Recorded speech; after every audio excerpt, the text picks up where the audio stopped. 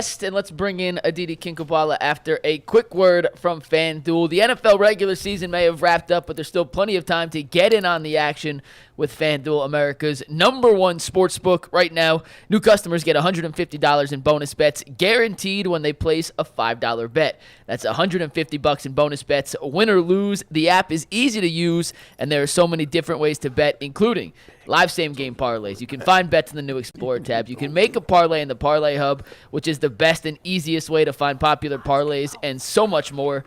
So make sure you visit FanDuel.com/UCSS to make your first bet a layup. FanDuel, an official partner of the NFL. With that, let's welcome in Aditi, who has to start today's appearance with the story from the airport yesterday. What's up, Aditi? Yeah, you got it. Oh, right. Hey. Yes. Yeah, so, okay, JG, you'll love this. I texted Adam and Mikey yesterday. I am walking through the Pittsburgh airport yesterday, and all of a sudden a TSA agent calls out, Aditi, I love you on CSS. And I turned around because remember, I'm in Pittsburgh. I'm like, on what? Like, how does he even know it's me? And then what is he talking about? And he goes, I'm a huge Cleveland fan. I love you on UCSS. That's awesome. We love that. Yeah, they're watching us. They're watching us in Pittsburgh. I know, and I felt so bad. Well, okay. So, side note to that, I was wearing my elf sweatshirt. And in the morning at the airport, this woman was giving me these like nasty looks. And I was like, what the hell is she looking at? Like, what is going on? Is this like one of Matt's ex-girlfriends? Like, what is going on? And then I look down and I see the elf. I'm like, oh, I'm wearing an elf sweatshirt in Pittsburgh. There you go. So that's how I started the morning. But then the way I came home. And did the TSA guy say, yeah, as for that Filipponi guy, he's an idiot? Yeah. Say that? Filipponi didn't even have me on yesterday. So there you go. But, I told Mikey I missed this perfect spot. Like, I should have run back to the TSA agent and said, let's take a video so I could show everyone this is really true. But I'm delirious from all the travel. Sorry, guys. Aditi, and I go to Kansas City. So here we go. I got to ask, since we're in Pittsburgh, I got to ask you this question. Is there any way, what is the path to victory for the Steelers over the Bills? I'm doing some deep math here. Is there any way, what do they got to do? I want the Steelers to win for 1 week only. What do they got to do to beat the Bills, and do they have a shot? I don't know. Go to Josh Allen into 4 interceptions. It's anything can happen. If there's anything that we have learned, I jokingly, and I say this with all due respect, but I was texting a friend and I was like, yeah, they're the Mike Tomlin cockroaches, meaning that they never die. And I don't even call them the Pittsburgh Steelers. That's the magic of Mike Tomlin. Either way you look at it, it's either the magic or it's the pain of it, because they never hit full reset because they're always sort of in this position. But you can never count the Steelers out. Does it look good for them without TJ Watt? They're 1-10 all time without TJ Watt. TJ Watt is the guy, the last time that I was in Buffalo to cover a Steelers-Bills game, it was TJ Watt who single-handedly secured that victory for the Steelers at the end. It's tough. But anything is possible. That's the fun part of the playoff. He's definitely out, right? He's definitely out, right? Yes, Mike Tomlin said he is indeed out. Yeah, Aditi, it's funny that they are cockroaches in the regular season, but their kryptonite seems to be the playoffs. Yes. Well, and that's very, very true. In a conversation I had with another coach who I probably can't say more because then I'll reveal who the coach is, but that is actually a conversation that I had at Newark Airport yesterday with someone that, we sit here but again, it's what you want, right? So on the one hand, the Steelers are always in the conversation, and now today, Mike Tomlin officially becomes the longest tenured head coach in the National Football League, and but when you're an organization like the Pittsburgh Steelers, 3 playoff wins in 12 years should not be the standard. No playoff wins in 6 years should not be the standard. Aditi, let's talk. Aditi, you're right, 100% right about everything you said about the Steelers. Let's talk about Joe Flacco. Obviously, the guy has this incredible track record in the postseason. He is 6-0 or 7-0 in the first round of the playoffs. I know he's never lost. He has tied with Tom Brady for the most road wins in the history of the postseason. As good as CJ Stroud is, and he's been just an absolutely remarkable rookie. And obviously, if you're starting a team, you'd rather have CJ Stroud than Joe Flacco. But we all agreed that at least for right now in this game, we'd rather have Joe Flacco than CJ Stroud. Is that crazy, or is it make sense? No, because this is the time of year when that experience matters. This all goes back to what we're saying about Mike Tomlin and how Mike Tomlin is able to pull certain things out of certain players in certain moments. That's exactly what it is. Joe Flacco has already been here. I just heard you say this, actually, Adam. Joe Flacco's already got the Super Bowl MVP. He's already got the Super Bowl trophy. He's already got the millions and millions and millions of dollars. This is all, he's been there. He's done that. Everything isn't riding on this. He's already been derided and written off. He's already been extolled. He's lived all of that. He is not going to stress about any of that. And it again, like, it goes back to last year, week 2, when the Jets were down by 2 scores with less than 2 minutes to go, and I'm watching Joe Flacco walk up and down that sideline and very calmly tell his then Jets teammates, guys, we have plenty of time. Guys, we're still in this game. And they were. So it's that experience that helps Joe Flacco in a moment like, what day are we, Thursday? 2 days from now. 2 days from now, that's going to help Joe Flacco. A crazy road environment? Come on, you just said he's won more road playoff games than anybody other than Tom Brady. He's done this. He's been there. He's not going to be scared. He's not going to be nervous. He's not going to make a stupid mistake because he's trying to do too much or because he doesn't know the time and situation. So all of this, of course, you'd want Joe Flacco leading your team right here. Hey, Aditi, empty your notebook on CJ Stroud. Have you called any of his games this year? What kind of interactions have you had with him? We know he's a tremendous young man. The Houston media voted him the Texans' good guy for the season. What can you tell us about him and also about his game? He was elected a captain before he ever started a game. Wow, and that's crazy. he is not necessarily as ebullient or vocal as a Joe Burrow, who was elected a captain before he ever started a game. CJ is a little bit more, let's call it, reserved. But the reason he's elected a captain is because there's absolutely uncommon maturity about him and this fire that while he doesn't need to go out there and call out everybody, this is sort of, I'll draw the Baker Mayfield comparison. Baker Mayfield hears somebody knock him and he makes note of it and he publicly makes note of it. Yep. CJ Stroud hears somebody knock him, like happened with that acuity test or that the next version of the Wonderlic. Right. And he files it away. He doesn't bring it up immediately. He doesn't lash out about it immediately. He at some point this season did indeed say, I have a feeling where that came from. But you better believe that he takes that and it's playing somewhere on his shoulder, in his head, whatever the cliche is. I had CJ's very first game, and I'll tell you, I feel very strongly that I witnessed the moment when he said, okay, I can do this. His first few drives, he was in Baltimore.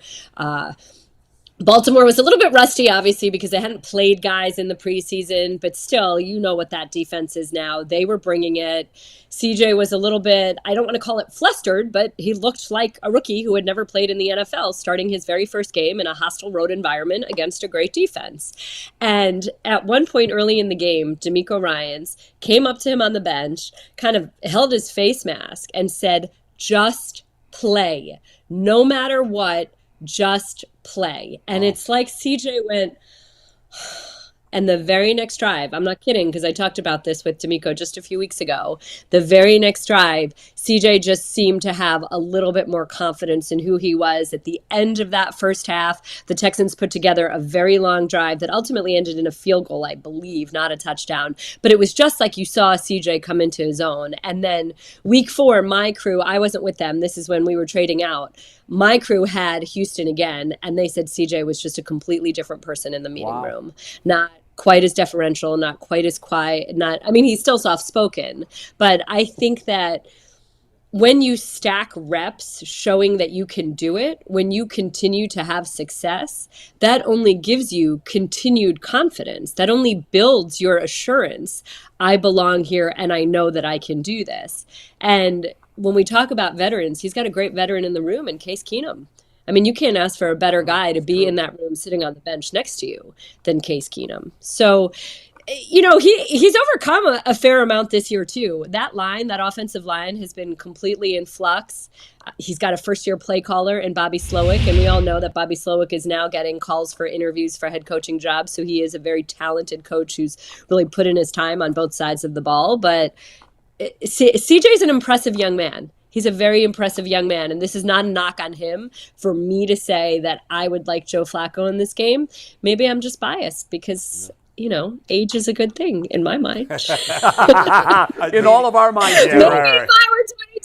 If I were 22. That's true. Hey, Aditi, this game probably, I don't know, I mean, at least in my opinion, features the top 2 candidates for Coach of the Year. So who are you voting for? I know we've talked about this before, but if you had this, the regular season's over, if you had your vote, would these guys be your top 2? And if so, who would be the winner? Yes, they 100% would be my top 2. And I know there's a good argument to be made for John Harbaugh because he made the changes that needed to be made and look at where they are. And he believed in Lamar, all of that. But my top 2 are definitely Kevin Stefanski and DeMeco Ryans. I think that, I don't know how to phrase this. Okay. My top 2 candidates for Coach of the Year would be Kevin Stefanski and DeMeco Ryans. I think the way that DeMeco Ryans, upon his hiring, energized that team, that city, and immediately flipped the switch on the culture and the expectation in that building is tremendous. I think the way that he is connected with his players, and especially a rookie quarterback and the staff that he has built, all of that is insanely impressive. However, my vote goes to Kevin Stefanski, if I had a vote, because of all of the injuries that he has had to overcome. And they are not injuries to guys. They are injuries to very, very, very key pieces. When you lose your all-pro right tackle week 1, okay, that's a big knock. When you lose the heart and soul of your team and everybody's favorite teammate week 2, and the person that makes your offense go, wow. When you have your star quarterback in and out through the first chunk of the season, and yet you're still there, then you lose that star quarterback after arguably your best performance. That is a wow. When you were getting Joe Flacco that nobody else even called off the couch to play like an MVP, to suddenly be the arguably comeback player of the year. When you do all of that, when you're smart enough to hire a new special teams coordinator in Bubba Ventrone that energizes these young guys, when you're smart enough to bring in Jim Schwartz that has that defense that granted is insanely talented, but is getting the most out of that talent to be a number 1 defense, all of that. And again, riding or not riding the wave of emotion and staying as steady as he has, all of that to me makes Kevin Stefanski Coach of the Year. Aditi, what are the chances in a percent? What are a percentage chance that Joe Flacco is wearing a Browns uniform next year? I don't know. We already went through this a week ago, right? And your fans are like, why am I lecturing you on this? Who cares? Let's talk about it when the season's over. Okay? I like that answer, actually. What's the point right now? Let's look to Saturday. This is so exciting. The Browns are in the playoffs once again. The Browns are going on the road. The Browns have a real shot at winning a playoff game. So against all odds in the craziest of seasons. I'll flip it. Okay. If the Browns win this week, right? What is the storyline if Joe Flacco goes into Baltimore?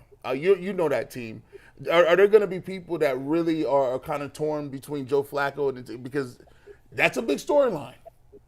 Oh, and yeah, I mean, I've heard from Ravens fans already that are saying that, oh my goodness, they can't help but root for Joe Flacco. Which, how awesome is that too? P.S. That this is somebody who's moved on from their team, is playing for a bitter rival, and you still root for that guy.